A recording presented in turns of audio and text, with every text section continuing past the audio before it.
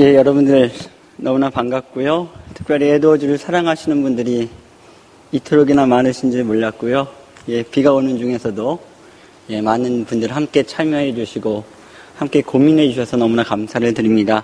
예, 오늘 제가 발표할 제목은 조나단 에드워즈의 설교와 한국 교회라고 하는 제목으로, 사실 제 논문은 조나단 에드워즈의 칭의론을 가지고 신학적으로 그가 왜 개혁 신학적인 입장에서 칭의론을 진술하고 있는지에 대한 여러 신학적인 논의들을 담고 있는 논문을 썼습니다. 그리고 시카고 트리니티에서 닥터 더글라스 스위니 교수님 밑에서 훈련을 받을 때에도 계속적으로 신학적인 훈련을 받았지만, 사실은 조나단 에드워즈는 누구보다도 신학적으로 엄청난 업적들을 남기고 또 정말 주옥과 같은 작품을 남기지만, 그는 사실은 목회자라고 하는 사실을 간과할 수가 없다라고 하는 사실입니다. 그래서 결국 제가 에드워즈의 설교에 대해서 한번 분석했으면 좋겠다라고 하는 생각들을 가지고 있었는데, 저희 학교에서 지난 학기에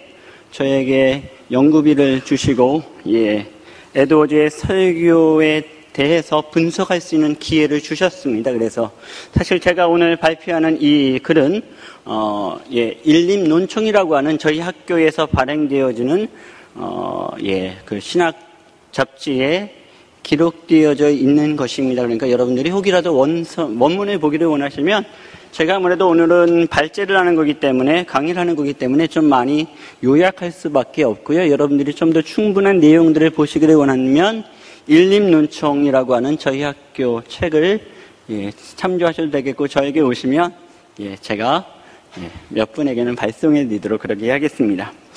선착순이 되겠습니다. 에드워즈의 설교 서론에 들어가면,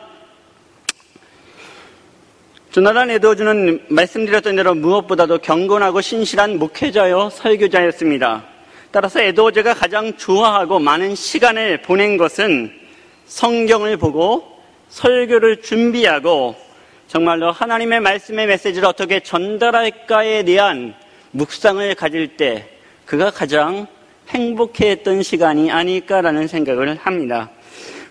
결국 노스햄턴 교회에서 그가 20여 년간 담임 목회를 했고 7년간 인디언 선교 사역을 하면서 많은 설교를 감당했고, 그의 설교 중에 약 1250여 편의 설교가 지금까지 남아 있습니다.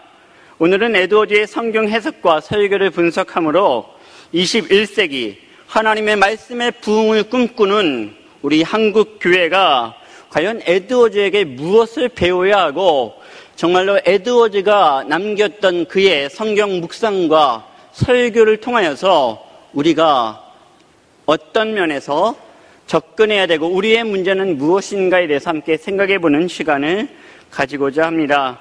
기독교의 역사는 하나님의 말씀이 바르게 선포되는 시대에 교회의 부흥과 성장이 있었던 반면, 하나님의 말씀이 바로 증거되어지지 못할 때에, 하나님의 말씀이 말씀되지 못할 때에 세속화와 타락이 일어났음을 우리는 기독교의 역사를 통해서 잘 알고 있습니다. 정말로 이제 이 자리에 앉아있는 여러분들이 그 일들을 감당하실 분들인데, 에드워즈에게서 우리가 배워야 될 것들을 함께 생각해보는 시간을 가졌으면 좋겠습니다. 첫 번째는 에드워즈의 성경 해석에 대해서 먼저 살펴보겠습니다. 에드워즈는 성경 해석에서 기본적으로 문자적이고 역사적인 해석을 하고 있다는 점을 발견하게 됩니다.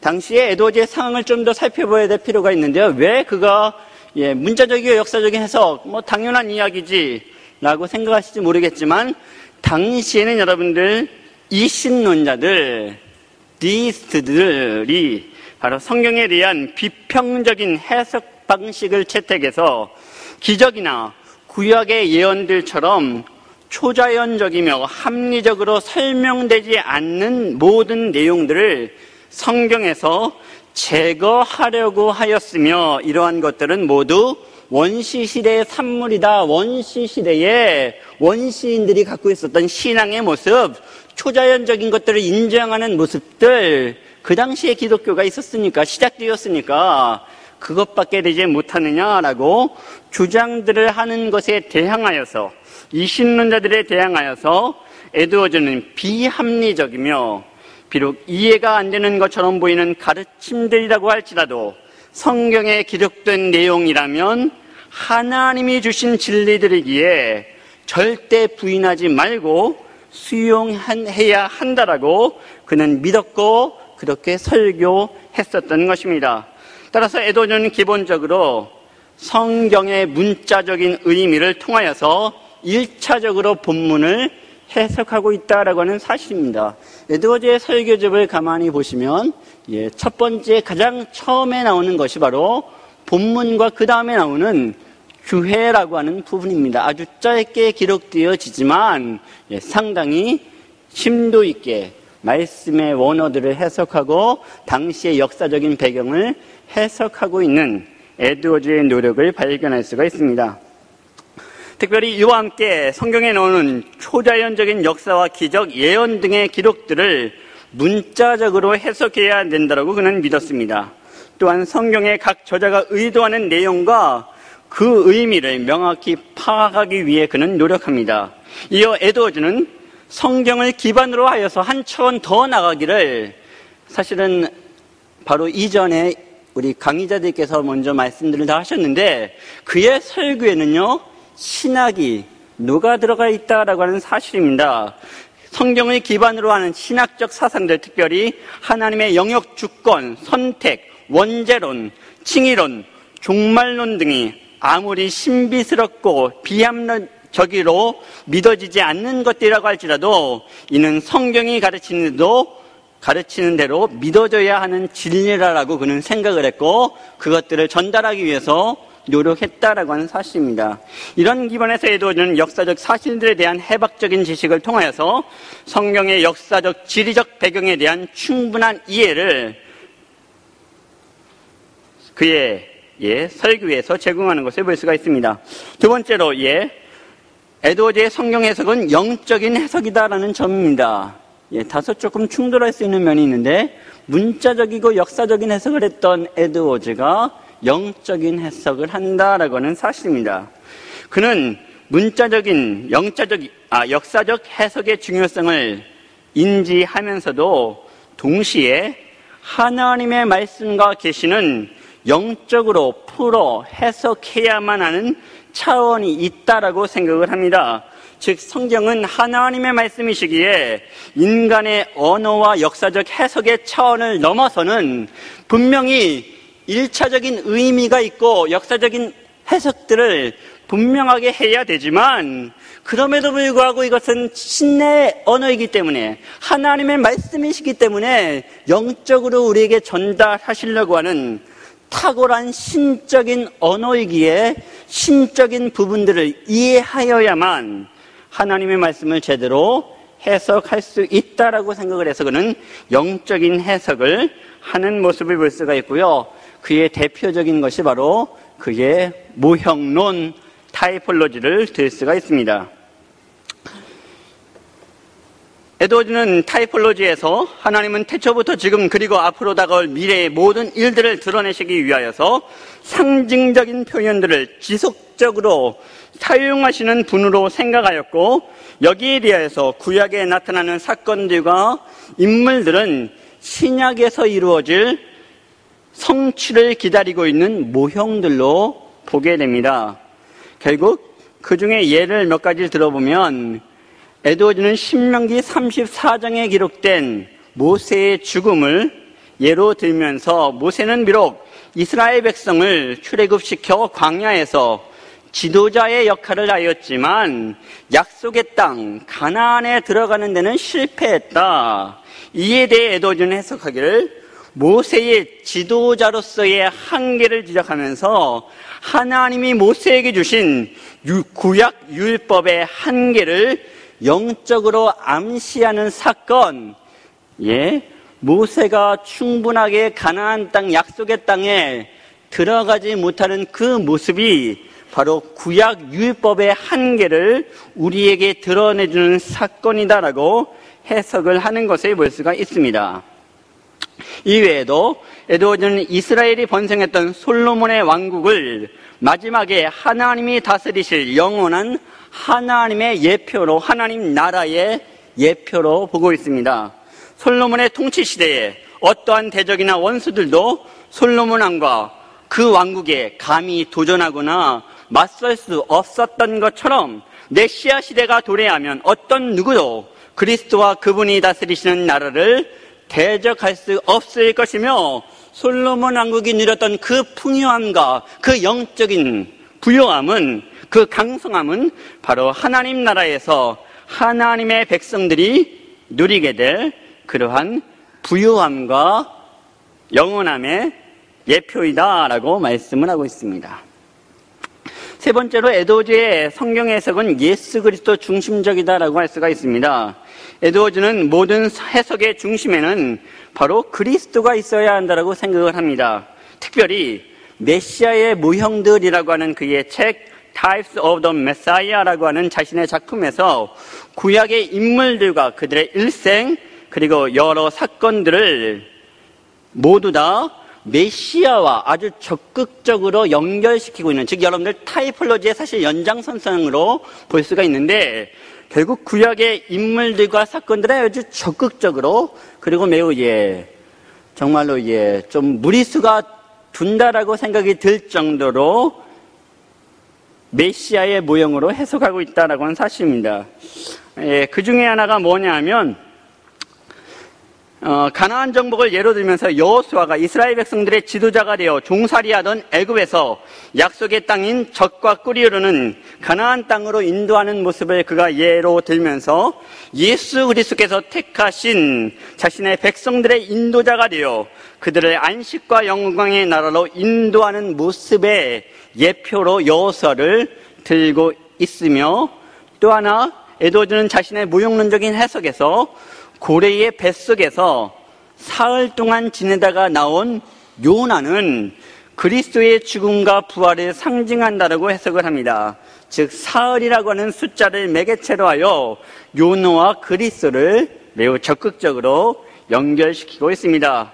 다윗 역시도 예수 그리스도를 예표하는데, 예표하는 여러 가지 그 근거들이 있는데, 그 중에 하나가 흥미로운 부분은 사무엘상 22장 1절과 2절 말씀에 기초하여서 다윗이 아들람 굴과 광야에서 환난당한 자와 빚진 자, 마음이 원통한 자들의 우두머리가 되었던 것처럼 우리 예수 그리스도께서도 앞으로 모든 가난하고 포로된 죄인들의 주님이 되셨음을 드러내주는 예표로 다윗의 이 모습을 기록하고 있다라고 하는 사실입니다. 결국 에드워즈의 성경 해석의 특징을 세 가지로 살펴보았고요. 이제 그 다음으로 넘어가시면 에드워즈의 설교를 이제 한번 생각해 볼 텐데요. 에드워즈의 설교 일단 형태를 먼저 분석해 드립니다. 이 사실 형태는 당시의 청교도들이, 단지 에드워즈의 특징이다라고 보기보다는 청교도들이 주로 설교할 때 따랐던 모범으로 보실 수가 있습니다. 거기에서 정리해보면 성경 본문이 텍스트가 주어지고요. 그 다음에 짧은 주해가 이루어지고 있고, 그 다음에 교리가 주어지고 적용의 순서로 구성되어집니다. 먼저 짧은 본문을 생각해보면 에드워즈의 설교에서는 결코 여러분들이 길게 본문을 선택하지 않습니다.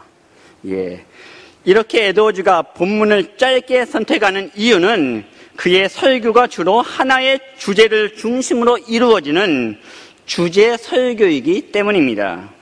비록 에드워즈의 설교가 주제 설교의 범위에 들어간다고 해도 우리가 생각해 볼 것은 성경 주해의 필요성과 중요성을 그가 역시 망각하지 않고 있다라고 하는 사실입니다. 에드워즈는 설교의 첫 부분에서 짧은 주해를 통하여서 성경 본문을 말씀 내에서 그리고 역사적 문화적 정황 안에서 이해하려고 노력하고 있는 모습을 볼 수가 있고요. 특별히 여러분들 잘 아시는 인간의 의존에 영광 받으시는 하나님이라고 하는 1730년의 설교는 고린도전서 1장 29절로 31절을 본문으로 택하고는 고린도전서가 기록된 배경을 그가 앞에서 함께 기록하고 있다라고 하는 사실입니다. 말씀드렸던 대로 그가 역사적인 배경에 대해서 설교 첫 부분에서 그 말씀이 어떠한 정황과 어떠한 원문의 의미 가운데서 해석될 수가 있는지를 그가 먼저 설명했다라고 하는 사실입니다. 결국 여러분들이 이 본문을 먼저 다루고 이 본문의 의미를 충분히 숙고하면서 에드워즈의 설교는 비록 주제 설교였지만 어느 정도 자신이 주관적으로 임의적으로 갈 수 있는 설교였지만 본문 이탈 현상이 그에게서는 일어나지 않는다라고 하는 사실을 우리가 지적할 수가 있습니다. 왜요? 본문에서 가야 될 방향을 처음에 설교를 할 때에 어느 정도 정해 놓았기 때문에 처음에 있는 그 역사적인 주해와 그리고 이 해석들이 설교의 커다란 방향을 처음부터 제시하고 간다라고 하는 사실입니다. 그 다음에 에드워즈는 교리를 기술합니다. 이 교리는 본문을 주해하면서 연관되는 교리적인 내용을 말하는데 이 부분이 바로 설교의 주제 부분이 됩니다. 에드워즈의 설교 중 교리 부분은 하나의 정리된 명제로 제시되고 이에 기초하여 자신이 설정한 교리를 추론하고 입증하기 위하여서 성경적인 논증과 논리적인 추론을 여러 항목들을 설정하면서 진행합니다. 즉, 그가 이야기하는 여러분들 지금 교리라고 하는 부분은요, 조직신학적인 교리라기보다는 물론 조직신학적인 내용도 다루긴 하지만 설교를 이끌어가는 하나의 커다란 주제로 생각하시면 되겠습니다. 주제 설교이기 때문에 그 본문에서 결국 그 주제를 끄집어내고 그 주제를 명시한 다음에 소주제들을 정리하면서 항목대로 자신의 논리를 풀어나가는 모습을 볼 수가 있습니다. 마지막 부분에서는 자신의 설교를 적용하는 부분으로 에드워즈는 이제까지 이론적으로 그리고 신학적으로 논증된 교리의 부분을 성도의 생활에 대한 구체적인 적용을 통하여서 그들의 삶의 변화를 추구하는 모습을 볼 수가 있습니다. 제 지도교수였던 더글라스 스위니 교수가 그 책을 썼는데 조나단 에드워즈의 말씀 사역이라고 하는 책으로 그 제목으로 번역이 되어 있는데요. 그 책에 보시면 이렇게 기록하고 있습니다.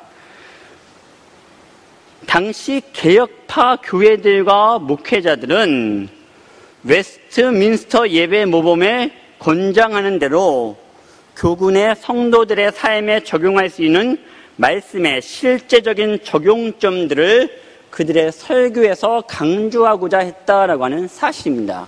결국 여러분들 에드워즈가 처음에 본문을 주해하고 주제를 찾아내고 거기에서 소주제들을 정리해 가면서 그가 하고 싶은 이야기는 뭐다? 그렇게 살아야 된다라고 하는 사실입니다. 살지 않으면 안 된다라고 하는 것을 그가 강조하기 위해서 결국 에드워즈의 설교에서 여러분들 대부분의 설교에서 가장 그 양적으로 많은 부분을 할애하고 있는 부분이 바로 이 적용 부분이다라고 하는 것을 우리가 알 수가 있습니다. 계속적으로 우리 사실은 선배 교수님들께서 다 계속적으로 강조를 해오셨기 때문에 삶의 부분을 그 에드워즈는 그토록이나 강조하고 있다라고 하는 사실을 지적할 수가 있습니다. 형태 분석을 마쳤고요. 그러면 설교 내용을 한번 분석을 해보면 제 다소 주관적인 해석일 수가 있고요.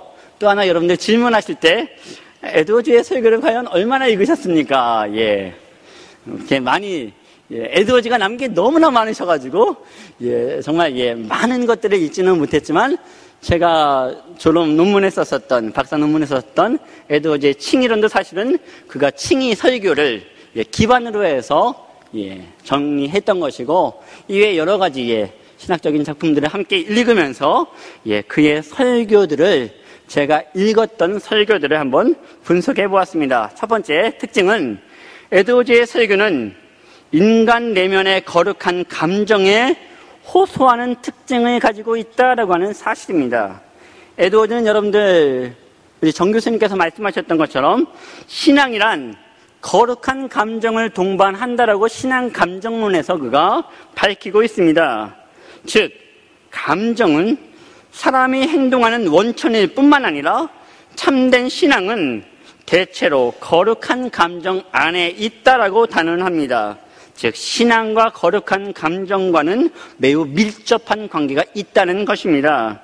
따라서 에드워즈는 설교가 성도가 지니는 이 거룩한 신앙 감정을 불러일으키는 역할을 하지 못한다면 그 설교는 매우 무미건조한 설교밖에 될 수밖에 없다라는 것을 에드워즈는, 비록 그가 교리 설교를 했고 주제 설교를 했음에도 불구하고 강조하는 부분입니다. 그 대표적인 예로 아까 어떤 분께서 질문하셨는데, 자신의 대표적 설교라고 하시면 안 된다고 그러셨죠. 진노하시는 하나님의 손 안에 있는 죄인들을 보시면 그가 정말로 그의 설교에서 얼마나 이미지들을 풍성하게 사람의 감정에 호소하기 위해서 사용하고 있는지를 볼 수가 있습니다.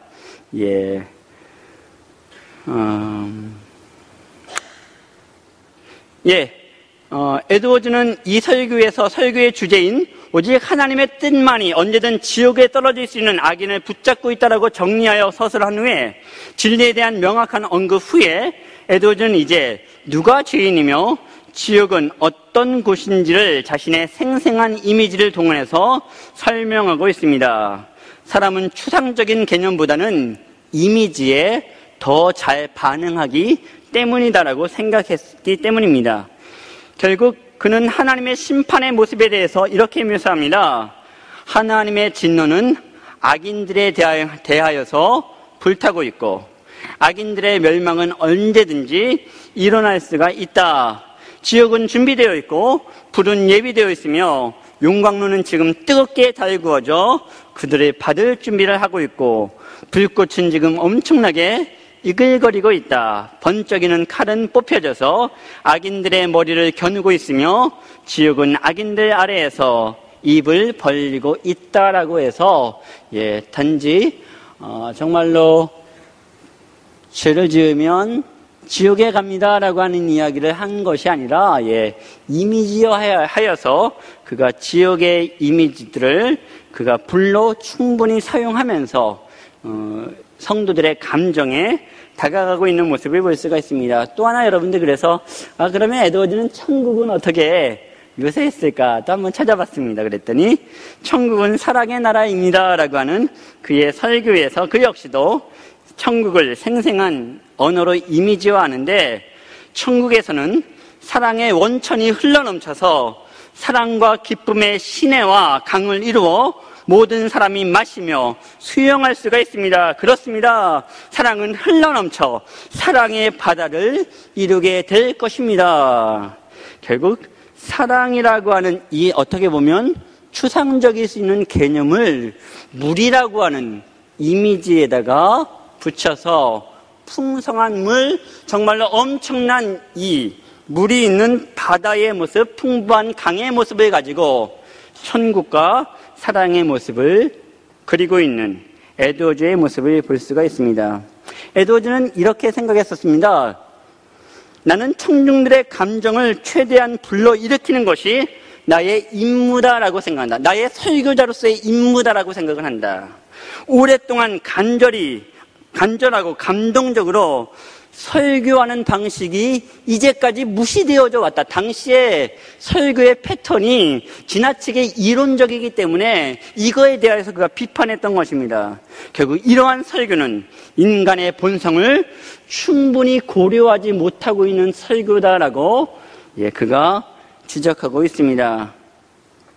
결국 이렇게 풍부한 이미지를 사용하는 그의 설교는 성도들에게 커다란 영향력을 미치게 되었다라고 하는 겁니다. 둘째, 에드워즈의 설교는 삶의 변화를 강조합니다. 그의 설교가 가진 형식적인 특징을 분석하면서 적용 부분이 가장 긴 분량을 차지하고 있음을 제가 이미 말씀을 드렸는데, 에드워즈는 삶의 변화를 강조하면서 이러한 이야기를 합니다. 설교자를 의사에 비유하면서 진실을 선포하는 목회자를 비난하는 것은 마치 환자에게 메스를 대서 큰 고통을 주었다는 이유로 의사를 비난하는 것과 같다. 의사는 메스를 든 손을 멈추지 않고 상처의 근원까지 더 깊이 찔러 넣어야만 한다. 환자가 움찔한다고 해서 즉시 손을 거두는 마음 약한 의사는 환자의 상처를 가볍게 만진 다음 평강이 없는데도, 그에게 편안함이 없는데도 평강하다라고 외치고 있는 모습과 같다라고 그는 지적을 합니다. 정말로 영혼을 다스리는, 영혼의 문제를 다스리는 의사로서의 목회자라면 그의 삶의 문제들을 정말로 매우 냉철하게, 그리고 세부적으로, 그리고 메스를 대듯이 그들의 삶을, 잘못된 부분들을 찍어내지 않으면, 도려내지 않으면 그 설교자가 과연 무슨 의미가 있고 그 설교가 얼마나 메시지로 하나님 앞에 역할을 할 수 있느냐라고 하는 사실을 그가 지적하고 있는 것입니다. 그래서 그가 얼마나 여러분들 그 행위와 실천을 강조하냐면, 저 역시도 리폼드 티올로지를 따르고 있는 사람이지만 거룩의 길이라고 하는 그의 설교에서 그는 이런 내용으로 설교를 합니다. 단언하기를, 거룩하지 못한 사람은 천국 가는 길을 걷고 있는 사람이 아닙니다. 삶으로 드러내지 못하고 있다라면 그 열매를 보고 알 수 있는 것처럼 그 사람은 천국 간 사람이 아닙니다. 라는 사실입니다. 셋째, 에드워즈의 설교는 하나님의 주권과 영광을 선포합니다. 그는 하나님 중심적 세계관을 가진 설교가로 강단에서 하나님의 하나님 되심을 선포하는 설교가였습니다. 대표적인 것이 여러분들 잘 아시는 대로 에드워즈가 보스턴 지역 목회자들의 초청을 받아서 그가 목요 강연에서 설교했었던, 특강하고 설교했었던 인간의 의존에 영광받으신 하나님입니다라고 하는 제목의 설교인데, 목요 강연에 참석하는 대부분의 목회자들은 하버드 대학교 출신으로 예일 대학교에서 개혁주의로 하나님의 절대 주권교리로 훈련받았던 에드워즈와는 다른 신학적 성향을 가지고 있는 사람들이었음에도 불구하고 그는 목요 강연에서 여러분들 아시는 것처럼 하나님의 전적인 주권과 권위를 매우 크게 강조하고 있는 모습을 볼 수가 있습니다. 하나님께로부터 하나님을 통하여서 하나님 안에 있다라고 하는 것을 청중들이 깨닫도록 부르짖었던, 하나님의 주권을 강조했었던 목회자라고 하는 사실입니다. 넷째, 에드워즈의 설교는 교리를 중심으로 풀어나갑니다. 말씀을 드린 것들 있었고요. 하지만 에드워즈의 설교는요, 단지 교리 설교에만 치중하고 있다기보다는 본문을 통해 얻은 하나의 신학적인 주제나 아이디어들을 중심으로 이를 풀어나가는 방식으로 설교가 구성됩니다. 그리고 또 다른 하나의 측면은 뭐냐면, 에드워즈는 이 교리 설교를 하면서 단지 주제 설교만 한 것이 아니라 원죄론이라든지 칭의론이라든지 성화론 등을 포함하는 신학적인 교리에 대해 성도들에게 교육할 필요가 있을 때에는 강의식으로 연속 설교를 하였다라고 하는 점입니다.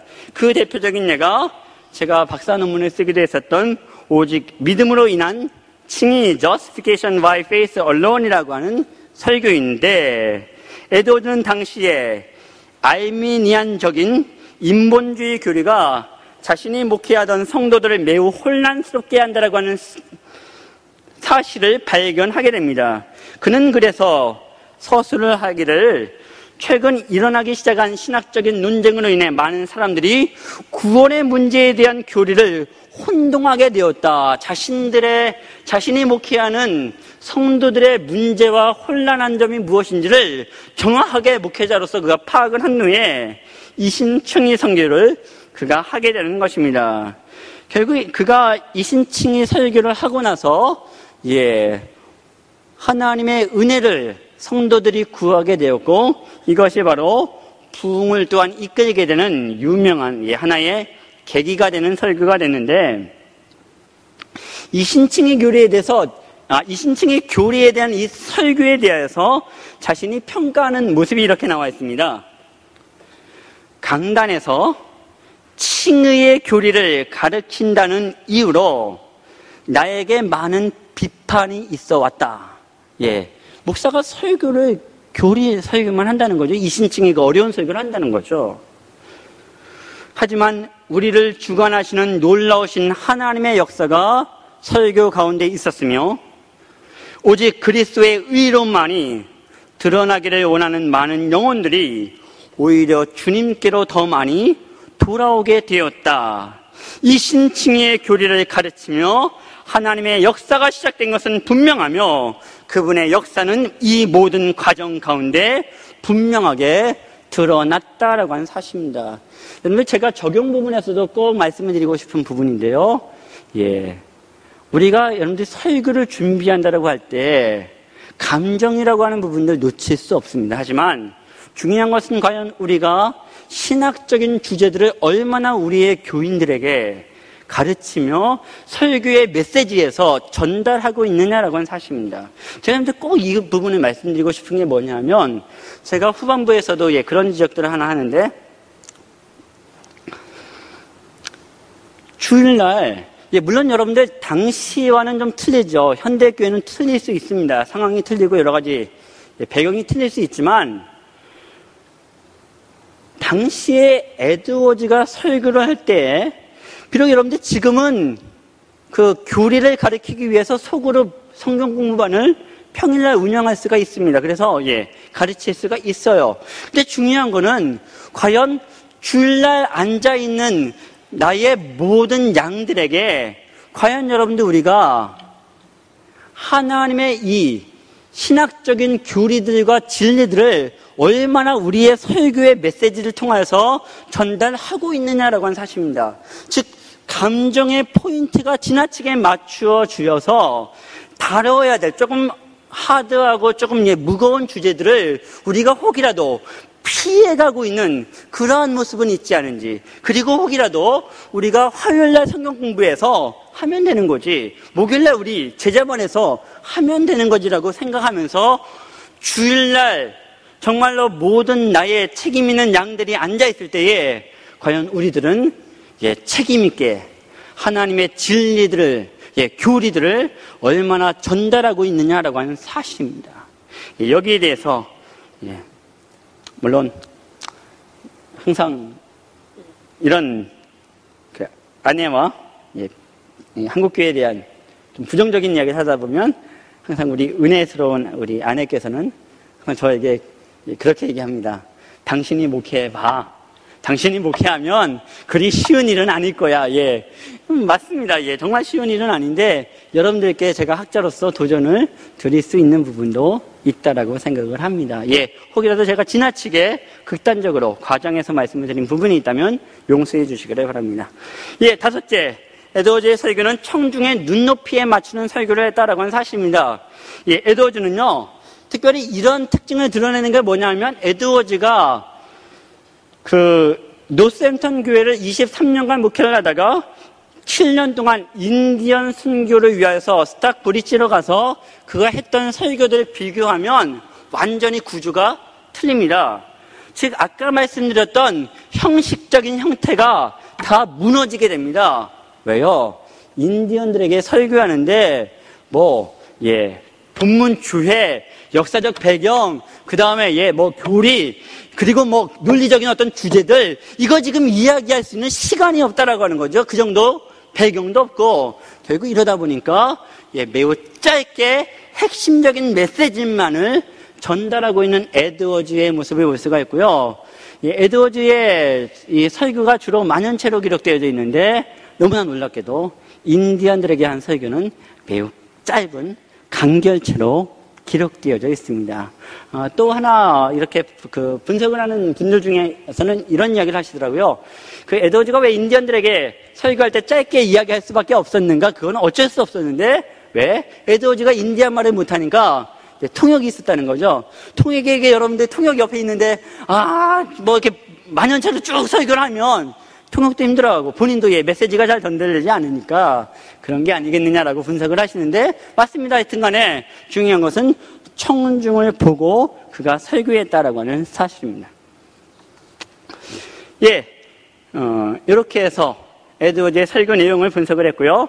5번째로 에드워즈의 설교의 교훈과 적용의 문제를 함께 한국교회의 지금의 문제와 함께 생각해 보도록 하겠습니다. 먼저 성경에 대한 충분한 이해와 묵상이 우리 가운데 필요하다는 점입니다. 이를 통해서만 요사이 한국교회에서 설교에서 자주 나타나는 본문 이탈 현상을 피할 수가 있을 것입니다. 한국교회의 많은 설교가 자신의 임의로 설정한 주제를 설명하기 위해 성경 본문을 읽거나 아예 읽지 않는 경우도 있으며 성경 본문의 의미에서 벗어나 설교하는 경우가 허다하다는 지적이 많이 있습니다. 이건 여러분들 단지 저의 지적만이 아니라 근거 있는 설교학을 전공하시는 교수님들이 쓰신 책을 제가 바탕으로 해서 뽑아낸 것입니다. 이런 잘못된 모습을 극복하기 위해서는 무엇보다 성경 말씀의 주의를 통하여서 그 말씀의 문자적, 역사적 의미를 먼저 살피는 모습이 필요합니다. 우리가 이미 살펴본 것처럼 에드워즈는 성경의 사람으로 불릴 정도로 하루 13시간 정도를 성경의 묵상에 집중하였고 그 열매를 기초로 설교를 작성합니다. 그의 설교 구조에서도 에드워즈는 무엇보다 성경 해석과 주의를 통하여서 설교를 시작하기에 그 모든 방향이 처음에 제시되었던 그 성경 내용의 방향에 기초하여서 설교가 진행되어져 가는 모습을 볼 수가 있습니다. 결국 성경에 대한 충분한 이해와 묵상이 필요하다라고 하는 사실입니다. 둘째, 청중이 필요로 하는 영의 양식이 무엇인지를 깊이 고민해야 한다라고 하는 사실입니다. 청중은 설교자에게 있어서 가장 중요한 존재입니다. 에드워즈도 이를 잘 인식하고 있었고 청중이 누구냐에 따라 그들의 눈높이에 맞추는 설교를 하기도 하였습니다. 결국 하지만 문제는 뭐냐면 설교자가 여기에서 청중을 인식하고 청중에게 필요로 한 설교를 하는 것은 중요한데 설교자가 청중을 인식하는 것과 그들의 취향에 맞추어서 설교를 한다는 것은 다른 문제다라고 하는 사실입니다. 청중이 듣기 좋아하는 설교와 청중에게 꼭 필요로 하는 설교는 그 형태나 내용에 있어 엄청난 차이가 존재할 수 있습니다. 여기서 설교자는 자신이 하나님이 사용하시는 가장 중요한 수단인 그분의 신적인 말씀을 대언하고 선포하는 사명자임을 기억해야 될 필요가 있는 것입니다. 넘어가고요. 셋째, 기독교의 진리를 가르치고 설명하는 교리 설교가 절실하게 요청됩니다. 아까 사실은 제가 시간이 없을까봐 말씀을 드린 부분입니다. 교리 설교 반드시 필요한데 특별히 당시에 그 현대 신학자인 윌리엄 칼 3세가 이러한 지적을 합니다. 현대 교회 문제를 진단하면서 오늘날의 교회의 가장 심각한 문제 중에 하나는 신학적인 정체성의 위기이다. 신학 없는 행함은 빗나가기 십상이다 라고 지적을 합니다. 물론 에드워즈도 주제 설교에 가까운 교리 설교를 주로 하였지만 한편으로 에드워즈는 청교도들의 전통에 따라 복잡하고 난해한 신학적인 내용들인 원죄론과 칭의론, 성화론, 종말론 등도 매우 적극적으로 말씀의 강단에서 하나님의 메시지로 선포하고 있다라고 하는 사실입니다.